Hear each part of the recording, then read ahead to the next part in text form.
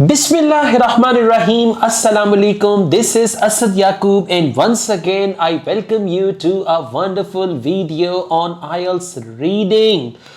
A very common mistake that students do without actually realizing it, and when they get their band score they are literally shocked. So please watch this video. Don't watch it till the end, just for a couple of minutes. Watch it and you'll be clear about it, okay? One of my students from India recently appeared in IELTS exam in all three modules: listening, speaking, writing. He got his desired band. But when it came to his speaking band, he was shocked to see that his speaking band was 5. Whereas in mock tests and practice test sessions, he was always getting 6, 6.5, 6, 6.5. And he couldn't figure it out, and then he consulted me and asked me, "Sir, I'm literally worried about my reading result. I never got 5 even in practice tests, and my English is good, my understanding is good. How come?" And then I asked him several questions, but one of the questions that I asked him, I said, when you got true, false, not given question type, for true, did you write true or did you write yes for true or true for yes? And then he thought for a second and he said, "Yes, Asad sir, I got your point. Actually, the question type was yes, no, not given, and there I wrote true, false instead of yes, no." It's a very common mistake. Let me tell you the markers that they have. Markers are those, not examiners, those people who check your listening and reading.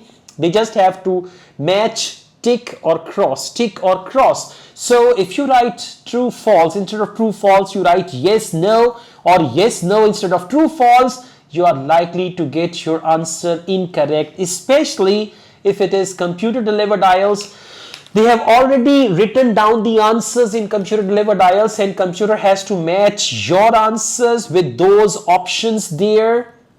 And if your answer does not match, your answer is going to be wrong, and at the end you're going to be very sad about it. So be careful. True, false, yes, no, these two question types are similar, but examiners or in IELTS they expect the same thing. If it is true, false, you have to write true, false.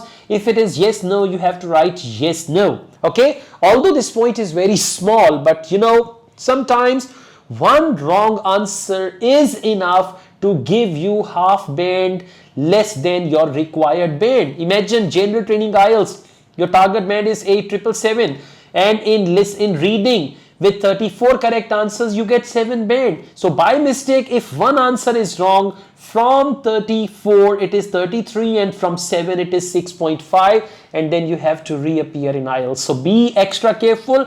These careless mistakes cost IELTS candidates 1 band less than their ability, less than their skill. They underperform because of these small mistakes and these careless mistakes. All the best.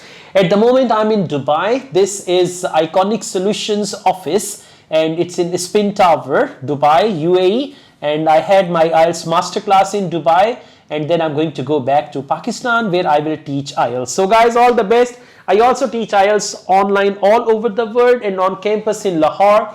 If you want to be the part of my online or on campus IELTS classes, my WhatsApp number is given. You can contact me for that. Asad Yaqub truly wishes you all the best. Take care. Allah Hafiz.